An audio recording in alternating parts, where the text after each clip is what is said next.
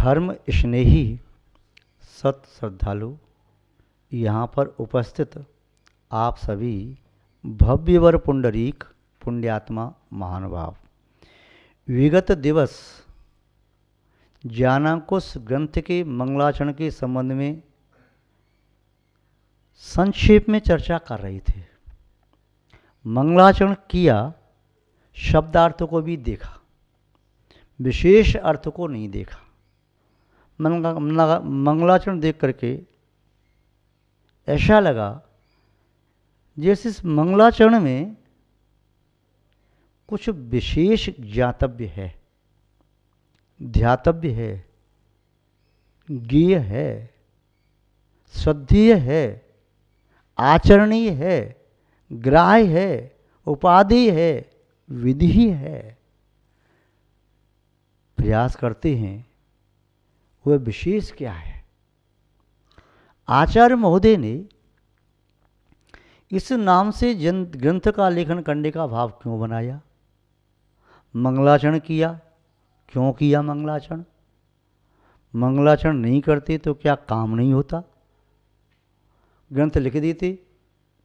बहुत सारी जिज्ञासाएं आ सकती हैं। देखो, व्यक्ति जब मकान बनाता है ना, पहले नींव खोदता है। नींव न खोदे तो क्या हर्ज है? मकान बनने के पहले भी गिर सकता है, धराशायी हो सकता है। जीवन का प्रारंभ जन्म से मानते हैं। शिशु गर्भ में नहीं रहे तो क्या हर्ज है? जन्म भी नहीं होगा। व्यक्ति एडमिशन लेता है, न ले, पढ़ाई करता रहे, क्या हर्ज है? परीक्षा में बिठाला नहीं जाएगा। डॉक्टर के पास पेशेंट को लेकर गए, उसे चेकअप न कराओ, सीधा ट्रीटमेंट प्रारंभ कर दो तो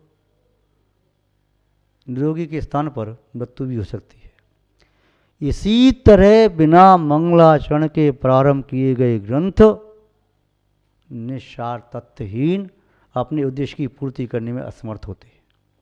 इसीलिए मंगलाचरण करना आवश्यक होता है। ध्यान रहे, मंगलाचरण की प्रतिज्ञा है। जो कुछ भी लिखेंगे मंगल आचरण से संबंधित ही लिखेंगे, अमंगल शब्द नहीं लिखेंगे, अमंगल के कारक नहीं लिखेंगे, अमंगल करने वाले नहीं लिखेंगे, विषय कसाय बढ़ाने वाले नहीं लिखेंगे, पाप का बंध कराने वाले नहीं लिखेंगे, शुभ आश्रय करने वाले, शास्त्रपण का बंध कराने वाले, पापों से छुड़ाने वाले, दुर्गति दुरावस्था दुख से बचाने वाले, सुगति सुख का साधनभूत लिखेंगे, जिससे हित होता है। अहित वाले नहीं लिखेंगे। ये प्रतिज्ञा वाक्य हो गया। और इसके साथ साथ मंगलाचरण करने वाला व्यक्ति ये प्रमाणिक हो गया जो मंगलाचरण कर रहा है। जो मंगलाचरण कर रहा है, शब्दों से भी, अपने आचरण से भी और अपने मनोभावों से भी, वही प्रमाणिक के ग्रंथ लिखने के काबिल है। जो खुद अपना आचरण मंगल नहीं किए हो, अमंगल कर रहा हो, पाप रूप आचरण कर रहा हो, तो ग्रंथ कैसे लिखेगा? उसके ग्रंथ को कौन पढ़ेगा? मंगलाचरण करने वाला व्यक्ति श्रद्धावान है, विवेकवान है, क्रियावान है। मंगलाचरण करने वाला ये सिद्ध कर रहा है कि वह आस्तिक है, नास्तिक नहीं है। उसे किसी देवता में विश्वास है, और सच्चे देवता में विश्वास है, यथार्थ देवता में विश्वास है। किसी मार्ग का वह पथिक है, वह अनुशासित है और अनुशासक के अनुशासन लेने को तैयार है। वह किसी चीज़ को कहेगा, संयम के साथ कहेगा। ये प्रतिज्ञा ले ली कि मंगलाचरण करते ही कि मेरे शब्द यदवा तदवा नहीं होंगे। पूज्य आचार्य जो हैं, आर्ष मार्गी आचार्य, उनकी लीक का उल्लंघन नहीं करेंगे। जिन वचन का उल्लंघन मैं नहीं करूँगा, जिन्हें भगवान आप की वाणी जो थी, सर्वांग से निश्चित होने वाली ओंकार में ध्वनि, जिसे मागध जाति के देवों ने शब्द में किया, 18 महाभाषा 700 लघु भाषा रूप किया, शुद्ध का विषय बना करके भवजीवों ने सुना। उस शब्द के माध्यम से जो उनका भाव आचार्यों ने, गणधरों ने, सबने सुना, जो परंपरा से प्राप्त हुआ, उसके आधार से लिखूंगा। बस समझाने की मेरी शैली अलग होगी, शब्द अलग होंगे। मैं उदाहरण नए नहीं ले सकता हूँ वर्तमान काल के दृश्यों को देख करके। मैं उन शब्दों का प्रयोग कर सकता हूँ जो शब्द वर्तमान काल में चल रहे हैं। क्योंकि आप भी तो जब मार्केट जाते हैं तो मुद्रा वही लेके जाते हैं जो वर्तमान काल में चल रही है। आज से 70 साल 80 साल 100 साल पहले जो सिक्का चलते थे, नोट चलते थे, उन्हें लेके मार्केट में जाओगे तो वस्तु तो मिलेगी नहीं। या जो मुद्रा 100 साल बाद प्रारंभ होगी उसे आज लेकर के जाएंगे तो कोई मुद्रा को लेगा नहीं, नकली नोट मान करके फेंक देगा। तो वर्तमान काल में जो चल रही है उसके माध्यम से लेने जाओगे तो परेशानी नहीं होगी।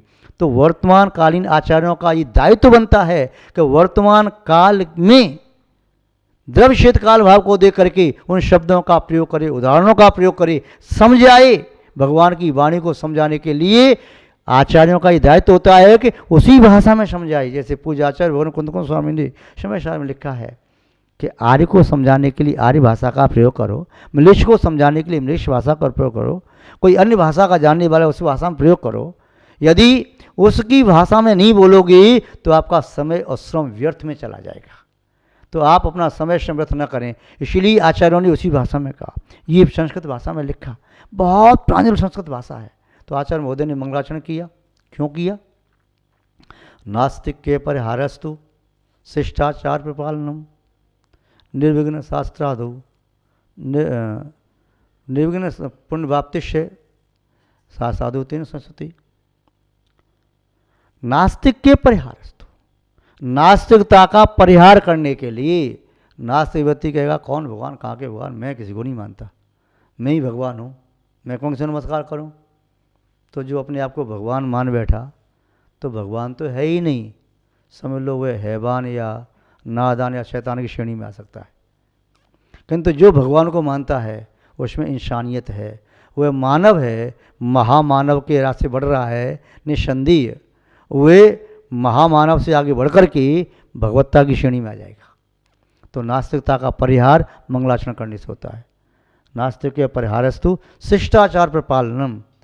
जिस व्यक्ति की निगाह शर उत्तमांग, कर वध अंजलि और पूरा शरीर अष्ट अंग अपने पूज्य के सामने नम्रीभूत नहीं होते हैं, समझो अभी उसका सम्यक तो संकित है। शंकास्पद है, कोई समदृष्टि है भी कि नहीं है, धर्मात्मा है भी कि नहीं है। जो पुत्र अपने माता पिता के चरणों में सिर झुकाने में आनाकानी करे, हाथ भी न जोड़े, निगाह भी चरणों पर न जाए, तो शंका होती है कि वास्तव में यह संतान इसी दंपत्ति की किसी और की है। भले इसकी भी होगी तो संस्कार उसकी माँ किसी और की लेकर के आ गई होगी। गर्भ में शिशु होगा अपने पति का, पर सोच रही होगी किसी एक्टर के बारे में, किसी हीरो के बारे में, किसी और के बारे में, तो संस्कार वहाँ से प्राप्त कर लिए, टीवी से प्राप्त किए, तो संतान उसकी होकर के भी संस्कार नहीं आए। तो ऐसे ही जो जिस दर्शन का, परंपरा का, संप्रदाय का पोषक है, प्रचारक है, अनुयायी है, अनुकरण करता है, आत्मकल्याण का इच्छुक है, इसे विश्वास है मेरा कल्याण इससे ही होगा, फिर उसकी 8 अंग क्यों नहीं झुकेंगे? नेत्र क्यों नहीं झुकेंगे? गर्दन क्यों नहीं झुकेगी? हाथ क्यों नहीं जुड़ेंगे? लकवा लग गया शरीर में, क्या बात है? यदि नहीं झुकेंगे तो कहीं ऐसा ना हो पाप करने को उद्देश्य कहीं ऐसा भी हो जाए। इसीलिए आचार्य महोदय के नहीं, मैं नास्तिक नहीं आस्तिक हूँ। और शिष्टाचार का पालन करने के लिए अपना हाथ जोड़ करके मैं पूर्ववर्ती आचार्यों को, भगवंतों को, जिनवाणी को प्रणाम करता हूँ। पहले स्वाध्याय होता था, आज से 50 साल 60 साल पहले की बात, स्वाध्याय मंदिर में होता था, कामदेव हाथ में शास्त्र का स्वाध्याय करते करते कहीं भगवान का नाम आता था, सभी हाथ जोड़ लेते, सिर झुकाते थे। मुनि महाराज का नाम आ जाता था, हाथ जोड़ते सिर झुकाते थे। कहीं कोई और तीर्थ का नाम आ गया, सोमेश्वर जी का नाम आ गया, हाथ जोड़ते सिर झुका लेते थे। विनम्रता थी, ये श्रद्धा थी। उस समय चाहे शब्दों का आडंबर दिमाग में नहीं था, कंठ में नहीं था, किंतु श्रद्धा थी। आज शब्द ज़्यादा हो गए तो शब्दों की तपन इतनी हो गई कि अहंकार आ गया, रीढ़ की हड्डी अकड़ गई। अब तो घुटना झुका के बैठा नहीं जाता, गवासन से नमस्कार नहीं किया जाता, खड़े खड़े सलूट मारते हैं। झुकेंगे तो पैंट की क्रीज खराब हो जाएगी, और महिला कोई अच्छी साड़ी पहन के आई है तो साड़ी उसकी गंदी हो जाएगी। तो जो साड़ी को बहुमूल्य समझ रहा है, अपने पैंट को बहुमूल्य समझ रहा है, उसका आशय, उसकी दृष्टि में धर्म का मूल्य भी कम है। शास्त्र निर्विघ्न कार्य हो सके, और वे शास्त्र के प्रारंभ में 6 बातों का ध्यान रखते हैं। मंगल निमित्त हो परिमाणम नाम तय कत्तारम बागरी 6 पच्छा वक्षाड़ु सतमायडी हो। मंगल, पहले मंगलाचरण करते हैं। किस निमित्त शास्त्र रचना की, उस भव्य जीव के आचार्य भगवान ने मंगलाचरण किया, परमात्मा को नमस्कार किया। कैसे परमात्मा को नमस्कार किया है, तो कहा शुद्धात्मानम परम ज्ञात्वा ज्ञान रूपम निरंजनम, ये विशेषण दिए। उस परमात्मा को नमस्कार करता हूँ जो परमात्मा शुद्ध है, जिसकी आत्मा शुद्ध हो गई, द्रव्य कर्म भाव कर्म लोक कर्म से रहित है, जो परमात्मा उत्कृष्ट आत्मा को अवस्था प्राप्त है, उत्कृष्ट शुद्धि को प्राप्त कर लिया है। जो शरीर आदि व्यवहार की शुद्धि हैं, इन शुद्धियों को छोड़ करके उसने आत्मा को स्नापित किया है, शरीर को नहीं। ऐसा हुआ परमात्मा, जो परमात्मा ज्ञान मूर्ति है, यानी संपूर्ण ज्ञान को प्राप्त कर लिया, परम ज्ञान को प्राप्त कर लिया, ऐसा ज्ञान रूप परमात्मा है। निरंजन कर्म कालमा से रहते हैं, ऐसे परमात्मा को मैं क्या करता हूँ, नमस्कार करता हूँ। शुद्ध आत्मानम परम ज्ञात्वा ज्ञान रूप निरंजनम बच्चते बच्चे संशोपतो योगम संसारोच्छेद कारणम। वक्षे कहता हूँ, क्या कहता हूँ, संक्षेपतो योगम, संक्षेप में योग को कहता हूँ, योग के बारे में कहता हूँ, ध्यान के बारे में कहता हूँ, और मनोवचन कायिक ये 3 योग हैं, इन योग की साधना के बारे में कहता हूँ, योग क्रिया के बारे में कहता हूँ। अष्टांग योग है, उस अष्टांग योग को आप पढ़ें समझें। यम नियम आसन प्राणायाम धारणा ध्येय समाधि इत्यादि जो है प्रत्याहार, ये 8 जो अंग हैं, इनके स्वरूप को समझ करके, इनके स्वरूप को समझ करके आगे बढ़ते जाएंगे तो ध्यान तक, योग तक पहुंच जाएंगे। यदि नहीं समझा तो वहाँ तक नहीं पहुंच पाएंगे। तो आचार्य महोदय ने ये मंगलाचरण किया और कहा कि मैं संक्षेप में ध्यान के बारे में कहूँगा। क्यों? विस्तार से उपदेश दिए जाते हैं, सूत्र वाक्य संक्षेप में पर्याप्त होते हैं, और उसके भी पूर्व सूत्र रचना के पहले संकेत किए जाते हैं, संकेत भी कहीं चिन्ह बना करके, उससे भी पूर्व और ज़्यादा पहुँचे हुए हैं तो उसकी भी आवश्यकता नहीं है। बस शरीर की भाव भंगिमा ही उपदेश दे देती है, और शरीर की बाह्य आकृति नहीं, अंतरंग का परिणाम जो आभा मंडल है बाहर प्रकट होता है, वही शब्दातीत ध्वनि के बिना ही उपदेश दे देता है। तो यहाँ पर आचार्य महोदय अभी आभा मंडल से नहीं, शरीर की भाव भंगिमा से नहीं, वह अल्प शब्दी अक्षर वाले सूत्रों से नहीं, इस श्लोक के माध्यम से, अनुष्टुप छंद के माध्यम से यहाँ पर वह संसार का उच्छेद करने के लिए, संसार का विनाश करने के लिए। संसार के विनाश का आशय क्यों? संसार को नष्ट कर देंगे क्या? कोई आग लगाना है क्या? आग लगाना है, कहाँ लगाना है? इसे पुद्गल में नहीं लगाना, जो दिखाई दे रहा पुद्गल है, उस पुद्गल में लगाना है जिस पुद्गल ने हमारे आत्म प्रदेशों में डेरा डाल दिया। कौन सी आग लगाना है? आग लगाना है ज्ञान की अग्नि, ध्यान की अग्नि, जिस अग्नि से वह कर्म कालमा कूड़ा कचरा जल जाए, जो कूड़ा कचरा हमारी आत्मा पर छा गया है, जिसने हमारी आत्मा को मलिन कर दिया है, जिसने हमारी आत्मा को कलंकित कर दिया है, काला कर दिया है। तो उस आत्मा को शुद्ध करना है, क्योंकि कोई भी चीज़ यदि गंदगी में पड़ जाए, कोई मूर्ति ही है गंदगी में पड़ जाए तो क्या करोगे? कोई बर्तन है गंदगी में पड़ जाए तो क्या करोगे? चाहे सोने चांदी का है, क्या करोगे उसे? पहले धो करके साफ करोगे, उसके बाद क्या करोगे? उसके बाद उसे अग्निपक को करोगे।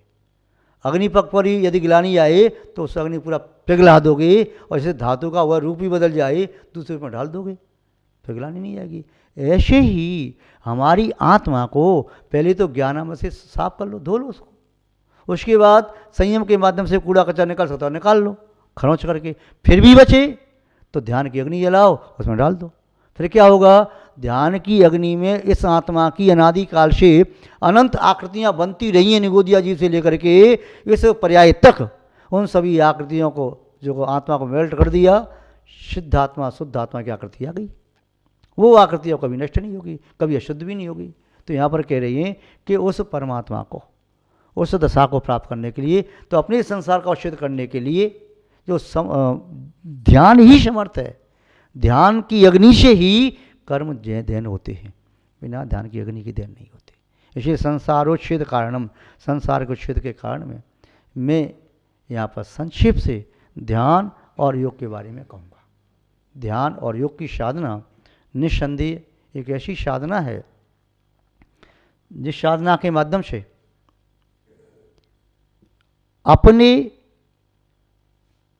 अंदर विद्यमान वर्गणाओं को बदला जा सकता है।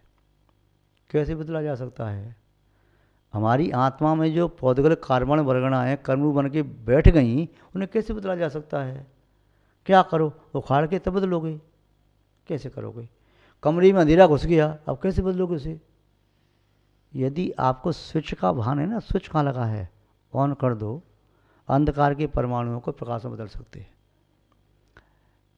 यदि किसी ग्वालन का दूध फट गया हो, वो फेंकने जा रही हो, उसे समझा करके रोक दें कि फटे दूध को फेंको मत, फटे दूध का पानी इस प्रकार आप दाल सब्जी में प्रयोग कर लो, और फटे दूध का जो पनीर है उसकी मिठाई बना लो, उपयोगी बना दिया। यदि कोई चीज़ खराब हो गई है तो उसका भी सदुपयोग कैसे किया जा सकता है? जो विष वृक्ष है उस विष वृक्ष को भी औषधि कैसे बनाया जा सकता है? ये विधि जिसके पास है, इतना ज्ञान जिसके पास है, वह अपनी आत्मा को परमात्मा बना सकता है। तो यहाँ देख रहे थे कि 6 कारणों से ये प्रारंभ किया ग्रंथ, मंगलाचरण किया, निमित्त भव्य जीवों के निमित्त रच रहे हैं, हेतु कर्म 6, संवर निर्जरा हेतु है इसके, मंगल निमित्त हेतु, परिमाणम लगभग 42 श्लोक के प्रमाण ये ग्रंथ हुआ। नाम, जिसका नाम जानकुश, परिमाण नाम तय कर्तारम, कर्ता आचार्य भगवान योगेंद्र देव, इन्होंने लिखा। तो ये संक्षेप में देख करके मंगलाचरण को देखा। अनुष्टुप छंद में रचा हुआ ग्रंथ निस्संदेह ये 8 अक्षरी है। 8 अक्षरी काव्य बहुत उत्तम माना जाता है, क्योंकि आत्मा के 8 गुणों का प्रतीक है अष्टाक्षरी। क्यों? आत्मा के 8 गुण जब प्रकट हो जाते हैं तो वे कभी क्षण को प्राप्त नहीं होते, तो 8 अक्षर एक एक पद के होते हैं। तो सिद्ध पद के प्रतीक ये 8 अक्षर का एक एक पद, इसलिए अनुष्टुप छंद में रचा हुआ ग्रंथ निस्संदेह बहुत ही आनंददायक होगा। आज इस मंगलाचरण के बारे में संक्षेप में देखा, पुनः आगे अन्य काव्य के बारे में देखें। आज बस इतना ही। जय बोलिए श्री शांतनाथ भगवान की, परम पूज्य आचार्य गुरुदेव श्री विद्यानंद महाराज की, अहिंसा में विश्व धर्म की।